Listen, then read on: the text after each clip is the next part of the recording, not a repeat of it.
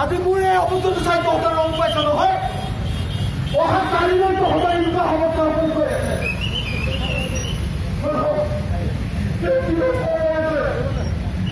সকলোৱে একগোট হচোন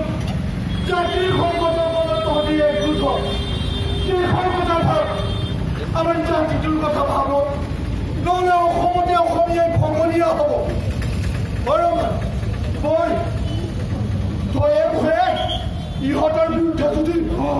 প্ৰয়োজনত কেকত কৰিম নহ'লে দেশৰ বাবে মৰিম এই গামোচাখনত পেটৰ তাক লগাই ভাল নকৰিবি এইখন অসমীয়া জাতিৰ মান হয় এইখন অসমীয়া কৃষ্টি হয় এইখনত ধুই লৈ তহঁতক ধুবলৈ আহি আছো তহঁতক ধুবলৈ আহিছো যদি যায় আপোনালোকে এতিয়াও হাত সামৰি বহি থাকিবলৈ নাথাকে আপোনালোকে কওক আপোনালোকে